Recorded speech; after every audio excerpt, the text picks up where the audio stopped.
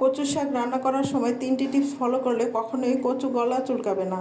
কচুতে কিছু পরিমাণ লবণ দিয়ে ভালো করে সিদ্ধ করে পানি ফেলে দিতে হবে। তারপর আমি একটা কড়াইতে কিছু তেল দিয়ে সেটার মধ্যে তেজপাতা ছেড়ে দিলাম। তেজপাতাটা একটু নেড়ে চেড়ে তারপর তার মধ্যে কিছু রসুন কুচি ছেড়ে দিলাম, তারপর কিছু পেঁয়াজ। কচু শাক রান্না করার সময় অবশ্যই রসুনটা বেশি করে দিতে হবে। তারপর দিয়ে দিলাম চিংড়ি মাছ। চিংড়ি মাছটাকে নেড়ে চেড়ে ভেজে নিচ্ছি। ভাজা হয়ে গেলে তার মধ্যে আমি দিয়ে দিলাম আদা বাটা, দিয়ে দিলাম রসুন বাটা। রসুন বাটাটাও একটু বেশি করে দিয়েছি। রসুন বাটাটাকে একটু কষিয়ে নেব।